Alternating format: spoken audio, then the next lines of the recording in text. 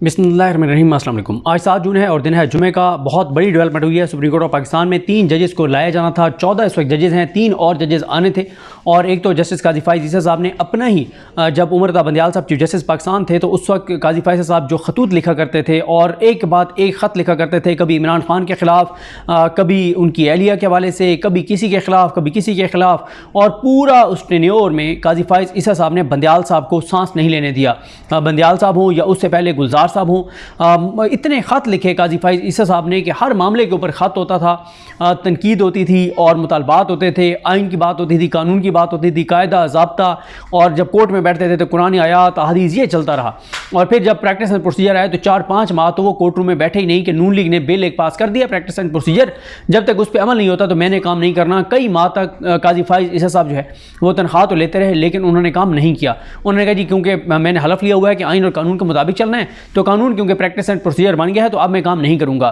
फिर इसी तरह सीनियरिटी की बुनियाद पर कहते थे कि सीनियरिटी पे लेके आए, तो सीनियरिटी की बुनियाद पे तो फिर बनते थे आमिर फारूक साहब, उनको आप ले आते, आमिर फारूक साहब को सुप्रीम कोर्ट ऑफ पाकिस्तान ले आते, लेकिन आमिर फारूक साहब को नहीं लाया गया।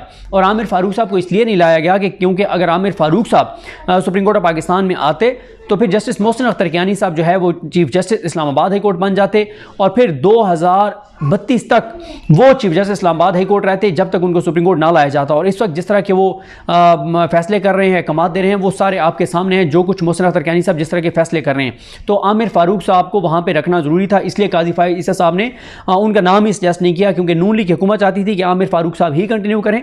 और मैं आमिर फारूक साहब के हवाले से ज़रा लिखूंगा, तारीखें सारा आपको बताऊंगा कि जैसे अब इमरान रियाज खान साहब के को हज पे जो उन्होंने जाना है, उस मामले में आमिर फारूक साहब ने किस तरह का अपना किरदार अदा किया, किस तरह से आमिर फारूक साहब ने पहले उनका नाम निकाला, फिर जब डाला गया, बजाय इसके कि आमिर फारूक साहब कंटेम्प्ट प्रोसीडिंग करते, बजाय हुकूमत की बदनीयती और इन चीज़ों पे कार्रवाई करते, बल्कि दोबारा आमिर फारूक साहब ने इमरान रियाज खान साहब को हवाले कर दिया वजारत दाखिला के, जिनके खिलाफ वो गए थे मोहसिन नकवी की वजारत के खिलाफ।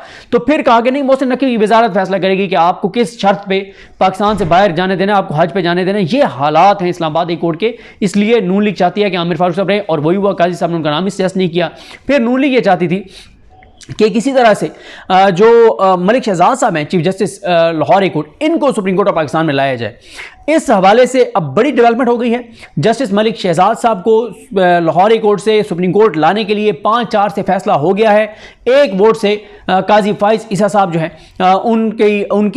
उनका जो नामजद करदा नाम है वो हो गया है, मलिक शहजाद साहब हो गए हैं। और साथ ही जो अच्छा, इसमें मैं आपको बता देता हूँ, हसनात मलिक साहब ने लिखा हुआ है कि किस किस ने वोट इस हक में दिए मलिक शहजाद साहब को लाने के वाले से, क्योंकि मलिक शहजाद साहब जो chief justice Lahore high court हैं, उन्होंने क्या क्या किया, सबसे 3 काम उन्होंने किए जिस वजह से नून लीग कहती थी कि इनको एज सुन एज पॉसिबल लेके जाएं।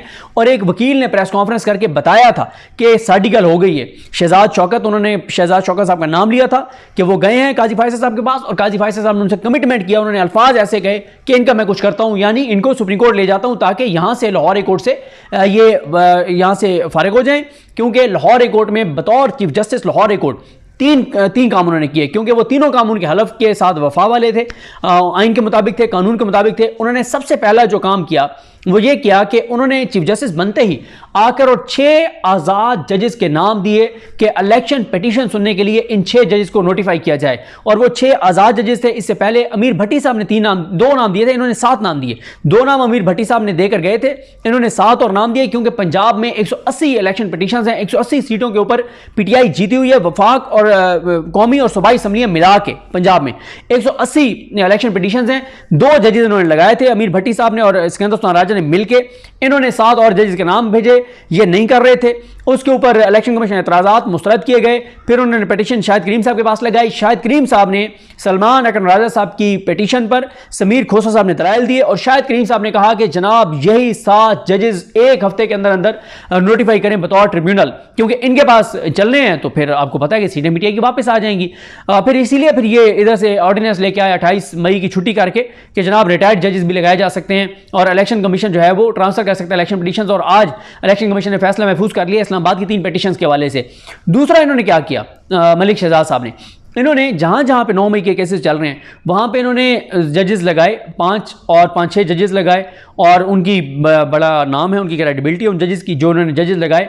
और उससे हुआ क्या कि सरगोदा में उन्होंने जज साहब लगाए मोहम्मद अब्बास साहब। मोहम्मद अब्बास साहब ने पहले ही दिन या दूसरे दिन उन्होंने 110 मियाँ वाली के जो बेगुनाह कैदी थे उनकी उन्होंने ज़मानतें ले ली, उनको ज़मानत पर रिहा कर दिया। 1 साल से ज़्यादा हो गया था वो बेचारे अंदर थे, जेल में थे, कोई उनकी ज़मानत लेने को तैयार नहीं था। जो वहाँ पे जजेस पहले अमीर भट्टी साहब ने लगाए थे वो चाबी वाले खिलौने थे और वो बिल्कुल कोई काम नहीं कर रहे थे। भाई जो गुनाहगार है, कसूरवार है, उसको तो आप सज़ा दें, लेकिन जो बेगुनाह लोग हैं उनको तो छोड़ें। मतलब ये देखें किस तरह से मतलब चीज़ें हो रही हैं।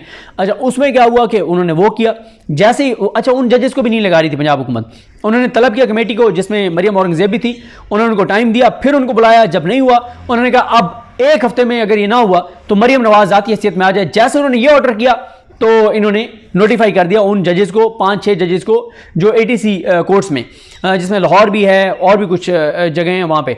और ये भी आपको बता दूं कि ये दोनों जो ऑर्डर्स हैं इनके, एक ट्रिब्यूनल्स वाला और ये ATC के जजेस लगाने वाला, इन दोनों को चैलेंज अब सुप्रीम कोर्ट ऑफ पाकिस्तान में काजी फाइज इसा साहब के पास किया जा रहा है।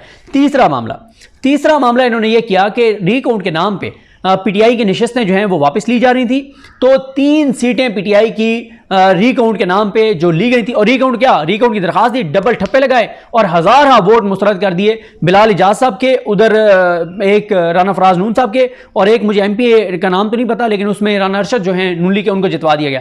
तीनों सीटें लाहौर हाई कोर्ट, क्योंकि इन्होंने ऐसे जजेस के पास केसेस लगाए, उन्होंने ऐसे फैसले दिए कि तीनों सीटें उड़ गई नून लीग की और तीनों PTI को वापस आ गई। उस पर अब नून लीग गई हुई है सुप्रीम कोर्ट में, काजी फाइज साहब ने उस पर नोटिस किया हुआ है और अब वो मामला काजी फाइज साहब के पास है।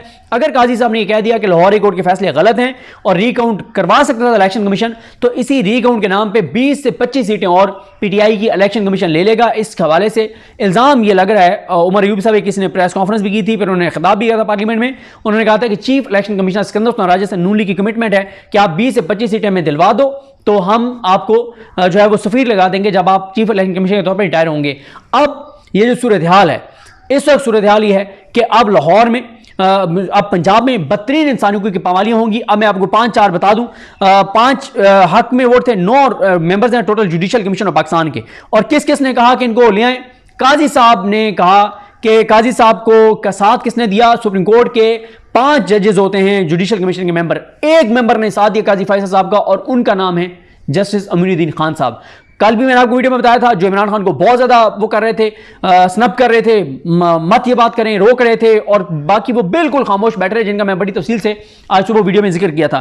काजी फाइज ईसा साहब ने कहा कि मलिक शहजाद को लेके आए। उनके बाद काजी फाइज साहब के बाद law minister Azamgir Tarar, attorney general Pakistan Mansoor Usman Aman, Pakistan bar council, आपको पता है पाकिस्तान बार काउंसिल तो नून लीग बार काउंसिल है, पाकिस्तान बार काउंसिल, और जस्टिस अमीनुद्दीन खान साहब। इन 5 ने कहा कि जस्टिस मलिक शहजाद को लाया जाए, और जिन 4 ने कहा कि इनको ना लाया जाए, और किस बुनियाद उन्होंने कहा, 4 जजेस justice Mansoor Ali Shah, justice Munib Akhtar, justice Yahya Afridi और जस्टिस रिटायर्ड मंजूर अहमद मलिक, इन 4 ने कहा कि इनको सुप्रीम कोर्ट ना लाया जाए। क्यों? इन्होंने कहा कि एक मजबूत जो है वो वहाँ पे इंतज़ामी जो हेड हो, यानी चीफ जस्टिस जो होता है वो इंतज़ामी तौर पे भी चीज़ों को देखता है, लाहौर हाई कोर्ट हो, पंजाब की जुडिशरी, लोअर जुडिशरी हो, सारी चीज़ों को उन्होंने कहा जी मजबूत आदमी वहाँ पे होना चाहिए। इन 4 ने मुखालफत की, तो इस तरह से 5-4 से नून लीग के लिए ये बड़ी खबर आ गई है।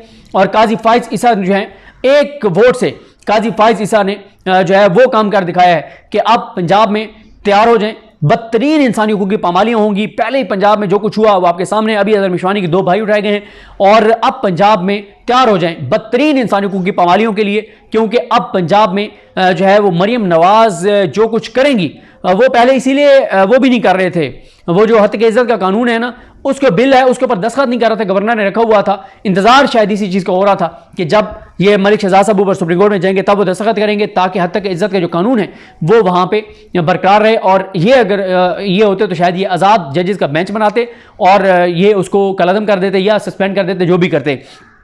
तो इसके अलावा जनाब जो बाकी जो ये है चीफ जस्टिस इसके अपना अकील अब्बासी साहब का हो गया है, और शायद बिलाल साहब जो हैं उनको आप काजी साहब जो है वो, शायद बिलाल साहब का मैं आपको नंबर बताऊं कि वो काजी फाइज साहब जिन्होंने बंदियाल साहब और इन सारों के वो लफ्ज़ नाक में दम करना तो ज़रा ठीक नहीं है, मतलब जो भी कह लें बड़ा उनको वो कहते थे कि सीनियरिटी की बुनियाद पर लाएँ, लेकिन अब उन्हीं ने काजी फाइज साहब ने मलिक शहजाद साहब, उनके बाद थे शुजात अली खान साहब, अली बाकर नकवी साहब, फिर आलिया नीलम साहिबा 5वें नंबर से शायद बिलाल साहब को लेके 5वें नंबर का जज लेकर आए हैं, आप अंदाज़ा लगाएं।